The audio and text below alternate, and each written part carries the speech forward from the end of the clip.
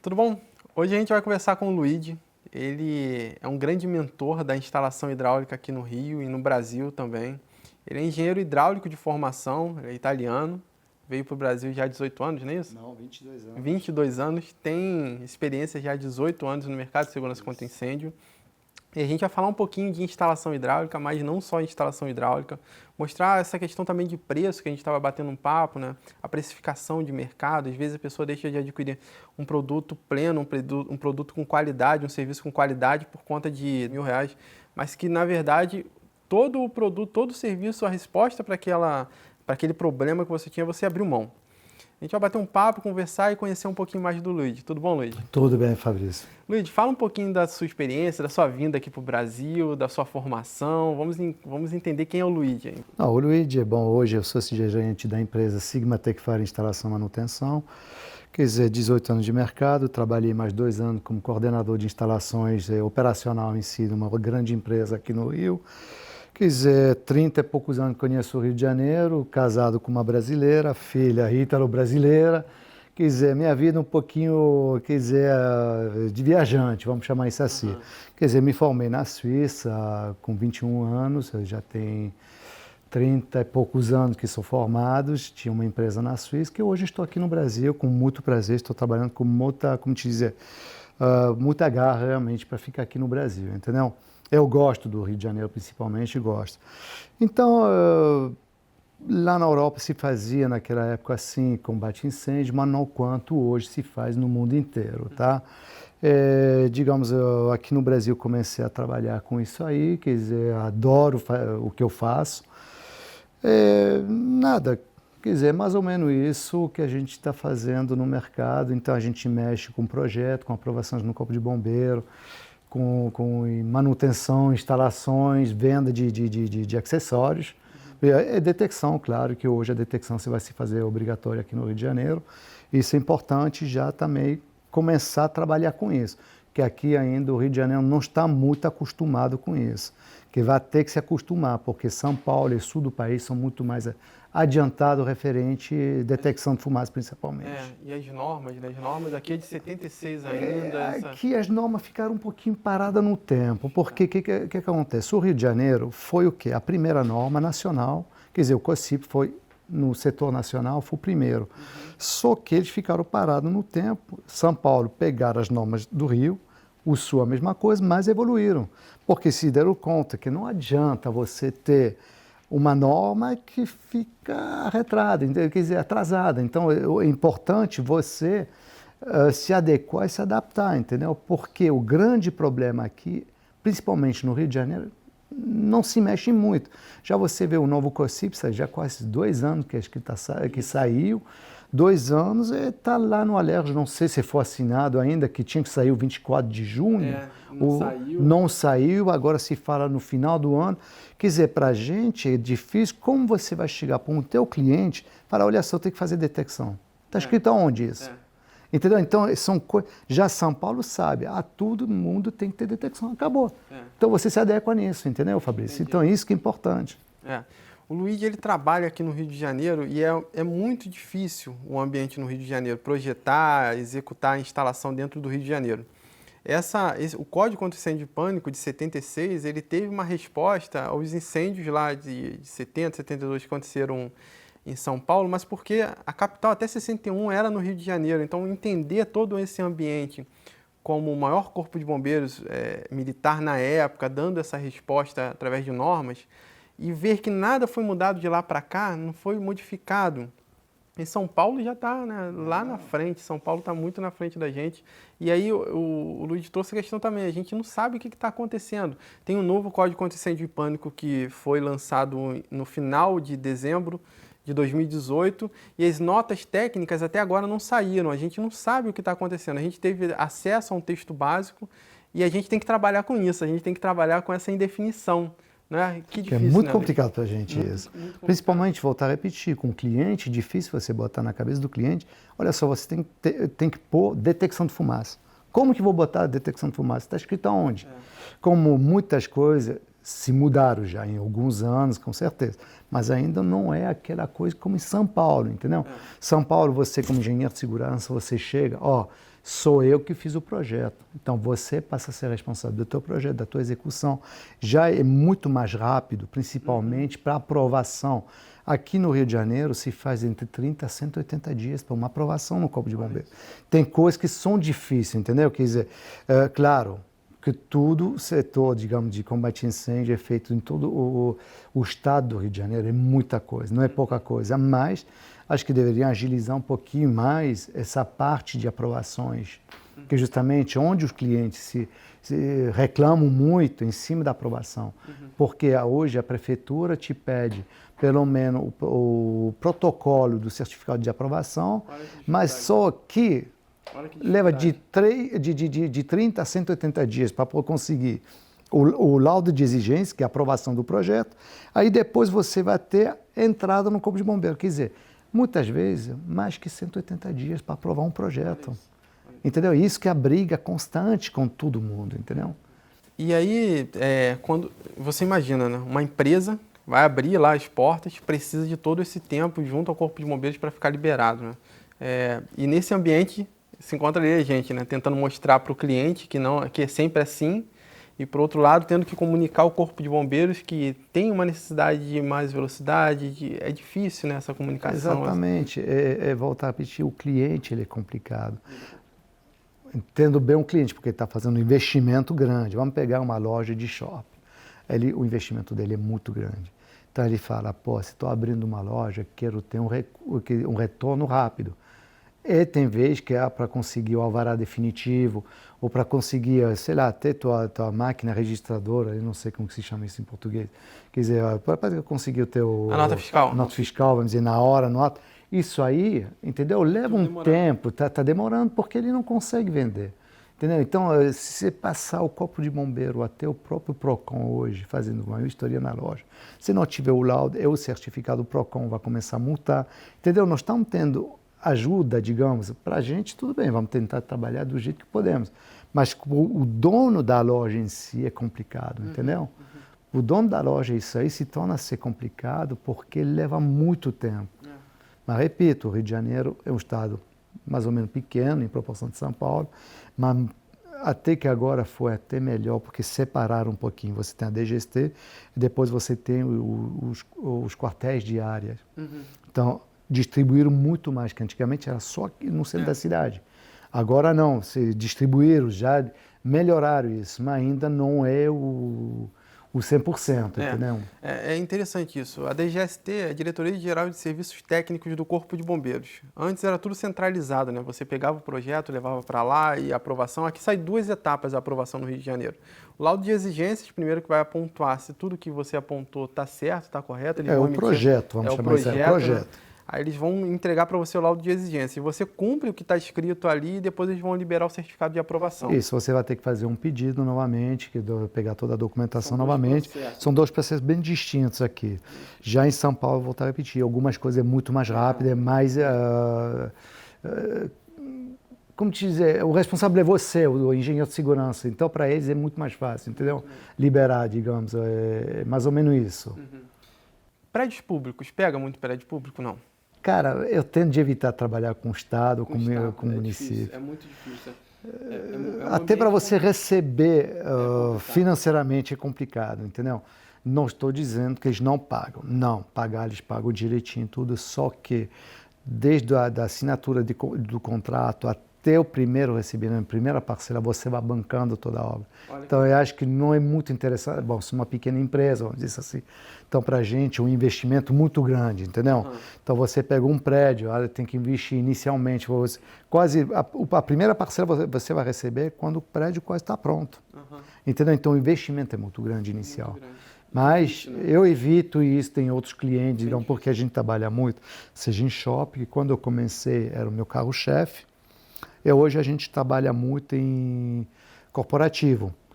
Corporativo é mais interessante, quer dizer, ali onde nós temos vários clientes que podemos trabalhar com grandes empresas. Entendi. Advocacia, construtoras, entendeu? Entendi. Isso que é interessante no corporativo. Entendi. Agora vamos voltar um pouquinho lá para a instalação em si, para o sistema de proteção ativo. Instalação hidráulica. Quando a gente fala em instalação hidráulica, a gente lembra logo lá do nosso hidrante, do nosso sprinkler. Hoje, quando você vai numa inspeção lá, você vai bater a primeira vez lá, quais são os erros que mais você encontra já instalado e que você tem que voltar e refazer tudo de novo? E principalmente CMI, que é a casa de máquina de incêndio, que aqui faz a pressurização do sistema. Então, muitas vezes você tem uma CMI pronta que está despressurizada. Então, você não sabe se as bombas estão funcionando, você não sabe se... Isso é o grande problema quer dizer, dos prédios, né? Vamos chamar isso assim. Que muitos deles, quer dizer, tem, mas deixa de lado, assim. Então, não dou muito valor no sistema em si. Entendi. Então, você chega lá e já consegue identificar... Dentro da CMI, quais são os principais problemas? Não, você vê já as bombas que não estão funcionando, ou estão gripadas. Desligada totalmente. Parte elétrica. Exatamente. Aí você vai, testa, a bomba está gripada, então o que acontece? Tem que chamar uma empresa especializada de bomba para poder desmontar as bombas, fazer uma manutenção. Esses aí são mais termos técnicos, vamos dizer assim, que é o selo mecânico. Geralmente, o que é um selo mecânico? Uma junta que vem fazendo a vedação. E como faz muito tempo que ela não está funcionando, quando você liga ela, arrebenta toda a junta. Então, isso aí começa a ter justamente onde vem a manutenção corretiva. Por isso que a gente vai inicialmente para a preventiva, vamos ver os problemas iniciais, depois vamos pela corretiva. Mas na preventiva, o que acontece? Principalmente se é a CMI, depois você chega nos andares, as mangueiras, muitas vezes as mangueiras nunca foram feitas teste hidrostático das mangueiras. Olha aí. Falta muito chave de mangueira, esguicho de mangueira. Incrível que... Mas, então até a gente pergunta para não, mas estão aí. Não, mas não tem. Então roubaram. Entendeu? São pequenos detalhes que eles roubam, né? Entendeu? Que eles não veem justamente o problema que pode causar ou falta de uma chave de mangueira, um esguicho, vamos dizer assim, entendeu? Entendi. E aí chegou lá, casa de máquina de incêndio parada. Depois para mostrar que aquilo dali tá ruim, tem que trocar, é todo um trabalho também por trás Todo o disso, trabalho comercial, né, principalmente, chamar o porteiro ou o próprio síndico, falar com ele, mostrar que o quadro dele é obsoleto, ou sei lá, a parte elétrica também é obsoleta. Entendeu? Tudo isso aí é um trabalho depois comercial que temos que fazer com ele. Que não é fácil, não é fácil, cansativo. Né? Por trás disso tem muito conhecimento, muito estudo também envolvido, né, Luiz? Para mostrar para as pessoas o que tem que mudar e por que tem que mudar, porque normalmente a pessoa acha que é mais uma volta que... Exatamente. Porque não entende nada de segurança contra incêndio. Esse cara vem aqui e fala que está tudo errado. Como assim? O negócio está ali, parado, ninguém nunca mexeu. Principalmente isso. Mas, cara, tá lá, tá funcionando. Não, não está. Então você até explicar que não está funcionando. Cara, uma briga muito grande, entendeu? Porque, de repente, o cara que passou antes de mim, ele chega, mas está funcionando, está lá, está tranquilo. Não, acho que isso está errado. Você tem que mostrar os erros. Tem que mostrar. Aí depois, se a pessoa vai aceitar uma boa ou não, isso é outro problema. Mas acho que você tem que ser honesto, tem que dizer, não, isso acabou, entendeu? Como até a gente estava conversando fora da... para mim, me ensinaram sempre uma coisa, é sim ou não, meio termo não existe, entendeu? Eu trabalho desta forma, ou está funcionando ou não está, entendeu? Eu não gosto de enrolar a pessoa, acho isso errado. Você tem que ser honesto com a pessoa e dizer a verdade, acabou, entendeu? Mas muitos não aceitam essa verdade. Não aceitam, não querem ver, né? Exatamente. Não querem ver, preferem que mintam para ela do que chegar e falar, não, está errado mesmo, tem que refazer. Sprinkler. Instalação de sprinkler, né? A gente falou um pouco de bomba, CMI, e na instalação de sprinkler, o que você vê de muito... Assim, uma coisa que eu vejo recorrente, as pessoas pintam o teto, pintam um sprinkler, né? Acabam pintando o sprinkler também. Que a gente consegue ver, todo mundo para em qualquer lugar ali, olha, passou por reforma, pintaram o teto, pintaram um sprinkler também. Quais são os erros mais recorrentes que você encontra no dia a dia? O que acontece? Principalmente, a ampola em si não pode ser pintada, porque você retarda a ação dela, né? Vamos chamar isso assim. Então, é isso que acontece. Geralmente, passa aquele rolo em cima do sprinkler em si. Acabou, quer dizer, você tem que ir lá, como você vai explicar? Não, mas não pode limpar. Não, porque, como te dizer, o sprinkler em si, ele é tão delicado que a mínima coisa ele pode rachar, trincar, vamos chamar isso assim. Você não vê, não percebe isso a olho nu, entendeu? Então você vai botar uma pressão, de repente estoura. Como você vai explicar? Não, mas fiz uma manutenção, fiz uma limpeza. Acho que custa muito mais barato chegar, trocar o bico, mas que for pintado, e acabou, entendeu? Porque realmente a ampola não tem que ser pintada, ela tem que ficar bem vermelha, amarelo, quem for.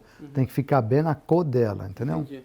Você falou de shopping também. Shopping tem muito isso, né? Mudou a loja, muda o layout todo e de repente você começa a mudar os bicos de sprinkler.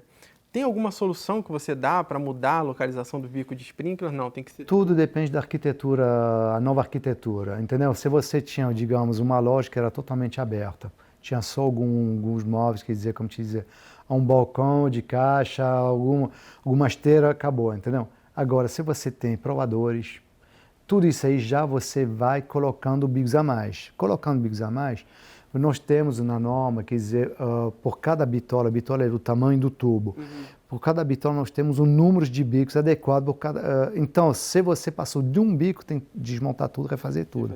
É isso mais um problema. Como você vai explicar? Ah, mas estava funcionando. Sim, mas não tinha provadores. Você tem provadores. Estamos aumentando a bitola, então você precisa...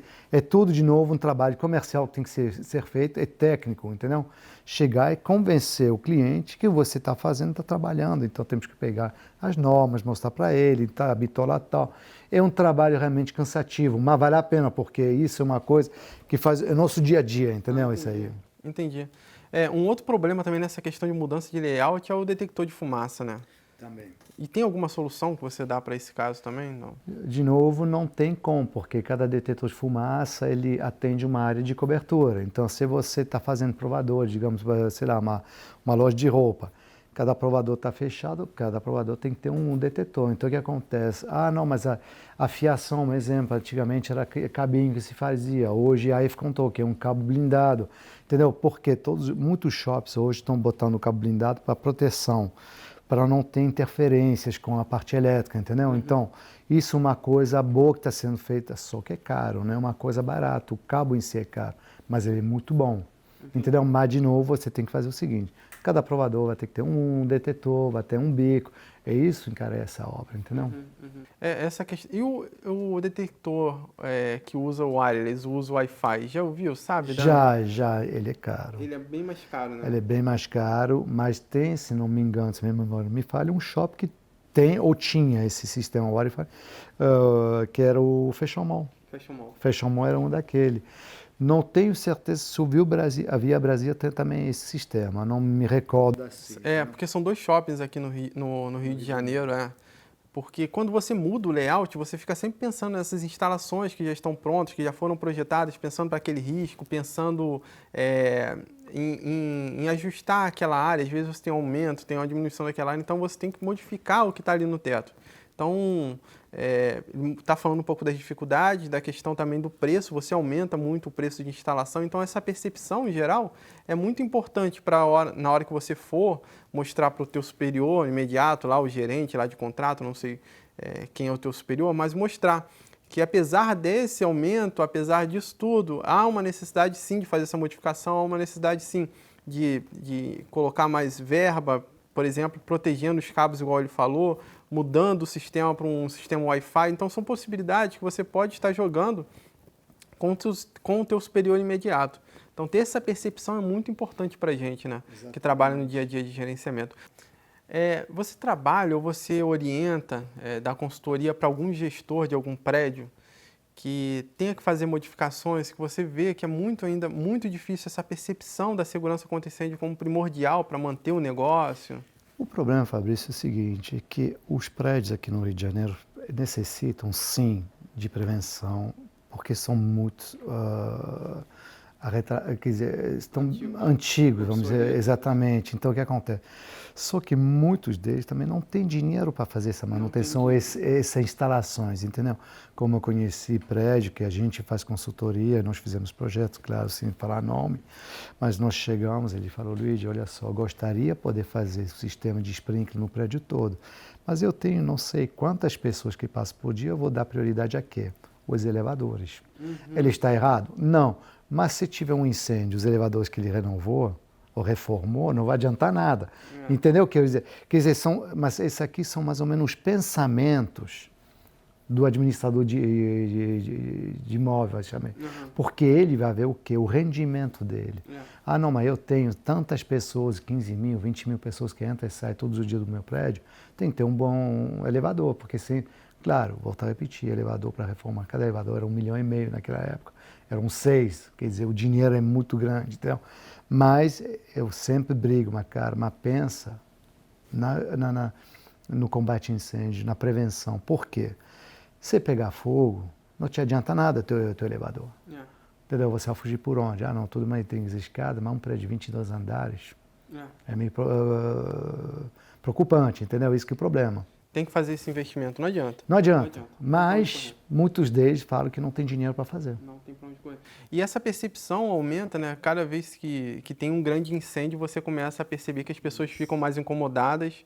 Você percebeu esse incômodo aqui no Rio de Janeiro depois desses grandes incêndios? O incômodo fica só quando acontece alguma coisa. Depois, some, infelizmente, vamos ter que dizer, o brasileiro tem memória curta. Então, entendeu? Não pensa, depois, não, tudo bem, aconteceu 1 mês, 2 meses atrás, depois vamos esquecer. Mais ou menos isso que acontece. Então, por isso que, até uma época, não me recordo se era na época do Coronel Fontinelli, eles estavam fazendo justamente essa parte de vistoria nos prédios, como se faz evacuação de prédio. Isso era super interessante. Não sei se ainda estão continuando fazendo isso, entendeu? Mas isso era interessante, porque você motivava a pessoa a fazer justamente isso, entendeu? Quando você fala de investimento, você tem que perceber que esse investimento ele necessita de algumas pressões. Uma das pressões é a própria fiscalização, né? Quando há ausência dessa fiscalização, o responsável lá pelo prédio, o responsável pela administração do prédio, o gestor lá daquele prédio, ele acaba se sentindo num momento ali tranquilo dele, numa estação ali mais tranquila, que ele não precisa investir. Se incêndio está acontecendo, mas está acontecendo, olha o tipo de prédio que está acontecendo.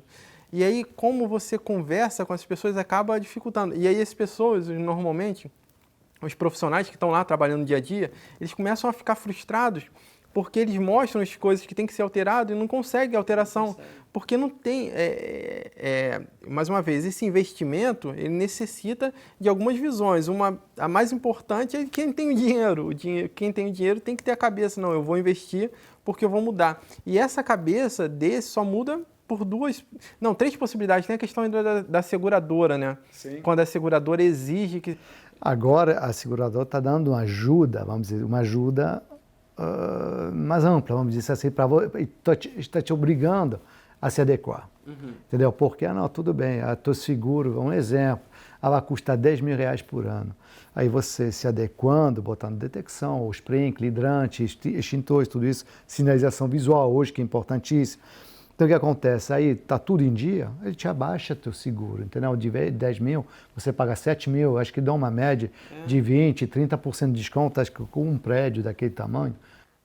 É dinheiro pra caramba. É uma boa dica também, chamar a seguradora, conversar sobre os custos da seguradora, colocar tudo numa planilha ali, mostrar que esse investimento, quanto tempo que você vai retornar esse investimento, quanto tempo você vai deixar de pagar aquele seguro mais alto, né, pelo que você colocou de segurança. Exatamente, pelo menos, quer dizer, o cara vai realmente tá brigando pelo patrimônio próprio. É o que eu falo para todos os meus clientes. Gente, não é para mim, nem para você, é pelo teu patrimônio. Quer dizer, pegou fogo, você perdeu. Casa, apartamento, o que for, você perdeu, acabou.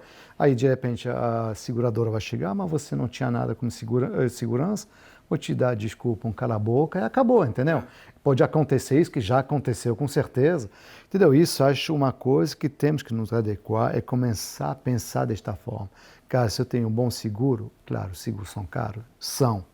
Mas nós temos que pensar, tenho um bom seguro, vou receber, se acontecer alguma coisa, futuramente vou receber alguma coisa, entendeu? Espero que nunca aconteça, mas... Entendeu? E tem ainda essa questão, né? Quando a gente olha para as normas estaduais, elas são requisitos mínimos. Quantos prédios aí que você já cuidou que só ficam parados nos requisitos mínimos? Quase todos. Ficam parados ali, Quase né? todos. 90%? 85%, mais ou menos, ficam tranquilo. parados nesse requisito mínimo. Porque, repito, não tem dinheiro para poder. Não tem dinheiro, né? Ainda o Rio de Janeiro, então, o Rio de Janeiro está numa crise já há uns 5 Tremendo, anos. entendeu? Né? Quer dizer, não tem como. 6 anos, está muito difícil. É difícil, é isso que acontece muito aqui, principalmente aqui no Rio de Janeiro. A interpretação também desse momento prático, né, que não é dado em sala de aula, você não consegue perceber isso na sala de aula, é importante, porque quando você vai trabalhar, toda aquela parte teórica de fundamentos, ela pode cair por água abaixo, assim, porque você não consegue uma conversa direta com o seu superior imediato, porque você não consegue entender aonde que ele está. Então, no momento que você consegue entender ele, ver que ele está sem grana mesmo para investir, que ele não está conseguindo perceber o risco da segurança contra incêndio, que ele não está percebendo que ele pode economizar no seguro, ele vai deixar tudo parado. Isso daí não é passado em sala de aula, né? Não é passado na formação, só na prática. Só na prática que você vai ver como que é difícil essa persuasão. Então, ele falou de um número também importante, 85% dos prédios param nos requisitos mínimos, né? E a gente, às vezes, vê aqui no Rio de Janeiro um código contra incêndio de pânico de 76. Tantas coisas foram observadas, tantas coisas foram implementadas por outros códigos que aqui a gente não fala. Então, será que aqueles requisitos mínimos mesmo são bastante para aquele prédio? Não, né? Não. Quase sempre não. Não, é a mesma coisa. Tem muitos prédios, digamos, que eles trabalham com hidrantes, que são por gravidade. O que quer dizer para gravidade? Você tem uma caixa d'água superior em cima do prédio que dá uma pressão mínima nos tubos. Então, o que acontece? Claro, o último andar, quer dizer, o térreo, ele vai ter uma pressão mais ou menos adequada, vai ter uma pressão do peso da água. Mas quem for no último andar, não vai ter pressão nenhuma. Por isso que muitos prédios têm que se adequar para botar uma CMI. O que está acontecendo justamente onde foi a briga do Corpo de Bombeiros, justamente para a pressurização da CMI, foi mais ou menos... Mas vamos voltar de novo, grana. Não tem dinheiro. Entendeu? É um problema, grana é o problema principal. Muitos deles falam, mas eu não vou entrar nas dívidas para poder fazer isso. Mas você pode perder seus bens, entendeu? Quer dizer, é uma coisa que não tem cabimento, mas infelizmente é isso que acontece. Prédio residencial ou prédio comercial? Qual que é o mais difícil de se trabalhar? Residencial. Residencial é muito difícil, né? Aquela questão da reunião dos síndicos, né? Do síndico, dos condôminos de lá. Para você vender placas de sinalização visual, tem que brigar, cara. Tem que brigar, eu não tenho dinheiro. Tem alguns teóricos que falam que a questão do mangotinho, né, vai vir até implementado agora nos prédios residenciais. Como que você olha essa questão do hidrante dentro do prédio residencial e o mangotinho? Olha só, o mangotinho é como europeu, quer dizer, lá na Europa se usa desde sempre o mangotinho, então isso não teria problema nenhum. Acho que o hidrante, o que acontece? Um mangotinho, você tem uma roda, vamos chamar isso assim, o mangotinho está em volta, você vai puxando, aí já a mangueira ela se torna a ser pesada para ser uma mangueira de 1,5 polegada. Tem que ter um treinamento, né? Tem que ter um treinamento, seja da brigada civil ou profissional. É uma coisa, até o próprio Corpo de Bombeiro, imagina aquela mangueira de 1,5 polegada, que é pequena, cheia de água. Cara, é muito peso. Se você pega uma pessoa sozinha, não consegue. Já um mangotinho, você consegue puxar. Entendeu? É fácil, né? Exatamente, porque você tem o registro de um lado, mas no mangotinho em si, na ponta, onde tem o esguicho, vamos dizer, você tem um tipo como se fosse um registro. Então você vai abrindo, puxando o teu mangotinho. Como se fosse uma mangueira de jardim mesmo. Exatamente, então você muito teria mais fácil facilidade na operação dela. Porque muitos prédios ou shoppings têm o que é um brigadista ou um foguista de noite, mas uma pessoa só com mangueira de 1,5, de 2,5 polegadas, cheia de água. É muito peso para uma pessoa só, entendeu? Não tem como montar. Então você é a favor aqui da utilização do mangotinho pelos prédios Só tem que ver preço também, porque o mangotinho vai se tornar muito mais caro que a mangueira. É muito mais caro, Com certeza, porque como dizer, uma mangueira reforçada, entendeu? Tudo bem, ela vai ser bem menor, que acho que se não me engano é 3/4 1 polegada o máximo, entendeu? Mas como na Europa se faz o quê? Se pode economizar um pouquinho, não sei se o Corpo de Bombeiro vai aceitar isso. Digamos, na Europa você pega um prédio, uma canalização preventiva que atende o mangotinho, é feito em 2 polegadas, 1,5 polegadas. Aqui o mínimo é 2,5 polegadas hoje, entendeu? Quer dizer, se a gente consegue diminuir com os custos, exato, aí podemos colocar no mangotinho, entendeu? Legal, legal. Aqui, inclusive, já tem algumas respostas técnicas lá na IT de São Paulo, que ele vai falar já uma saída para hidrante direitinho e na parte de baixo um mangotinho. Já bem bacana. Então, assim, incorporando, eu acho que é um grande ganho mesmo para a gente. Na questão do sistema de proteção ativo mesmo, tem algum ponto assim que você acha também importante que as pessoas têm deixado, não só na parte hidráulica, mas assim, sinalização, iluminação? Sinalização, iluminação de emergência também para eles. Falar, ah, mas eu tenho a luz na escada, por que tem que gastar mais dinheiro? Então, porque sempre vai ser a mesma história, a mesma resposta que eu vou te dar. Grana. O problema é grana, entendeu? É difícil. É difícil, porque, honestamente, muitos prédios aqui do Rio de Janeiro estão sem grana. A maioria são inquilinos ou proprietários idosos. Eles falam, a gente tem aquela pequena aposentadoria, não tem dinheiro, se aumentar o condomínio já não consegue mais, entendeu? Legal. Luiz, te agradecer por esse bate-papo. Queria que você deixasse assim, uma recomendação, uma orientação geral. Qual o nosso grande objetivo com o canal, né? É que as pessoas saibam mais de segurança contra incêndio. O que você pode falar hoje, depois de estar trabalhando 18 anos, né, dentro da segurança contra incêndio aqui no Rio de Janeiro, o que você pode falar para as pessoas que estão chegando hoje e as pessoas que querem saber mais desse mercado? Bom, principalmente eu faria o seguinte, quer dizer, já nas faculdades eu faria como se faz muito na Europa, principalmente nas FIS. Prepararia as pessoas, engenheiros, segurança, na prática e na teoria. Falta muito de prática aqui. Os engenheiros que nós temos aqui têm muito na cabeça, mas na hora de atuar ficam muito... Essa atuação que você fala, está falando de combate mesmo? Tudo em si, quer dizer, você saber como se faz uma instalação, como é que funciona a instalação. Porque, digamos, não quer dizer, não, o vídeo melhor. Não, eu na Europa, o que acontece? Eu fui preparado na prática e na teoria. Eu posso chegar com o meu cliente, conversar com o meu cliente da minha instalação. Entendeu, Fabrício? Eu posso chegar e conversar na minha instalação. Eu sei o que eu estou montando, o que eu estou fazendo, o que estou vendendo. O engenheiro de segurança que ele só vende, digamos, o sistema, mas sem saber instalar, como ele vai chegar com o cliente e conversar como vai ser instalado o sistema ou a funcionalidade diretamente a 100% do sistema. Não sei se entendeu isso que eu acho que falta muito aqui no Brasil ainda. A parte prática mesmo de entender o que está acontecendo. Exatamente, porque ali, né? não, engenheiro de segurança, cara, a cabeça deles é cheia realmente, super legal, é muito bom. Entendeu? Mas achei que falta essa prática um pouquinho. Entendeu? A segurança do trabalho aqui ela é formada obrigatoriamente, né, só com 60 horas de segurança contra incêndio e explosão. E acabou.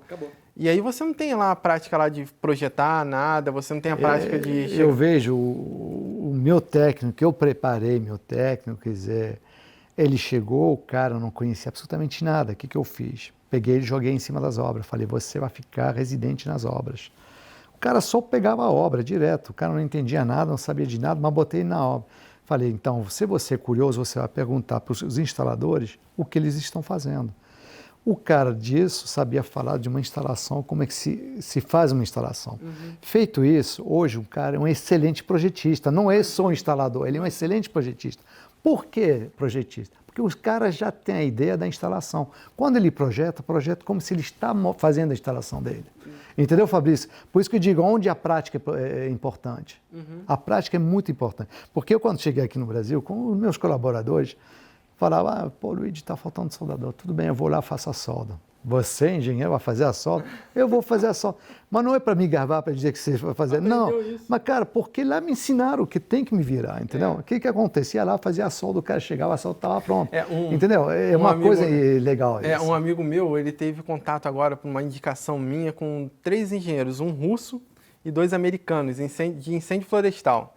Aí ele falou que ele achou o mais bacana de tudo, que ele falou assim, gente, vocês precisam dessa ferramenta, dessa e dessa, entenderam? Entenderam. Agora vocês vão lá para a oficina juntos, que eu vou mostrar como que monta essas ferramentas. Então ele pegou, na oficina, ensinou as pessoas, ele falou, não, eu aprendi isso lá no curso, como que monta essas ferramentas.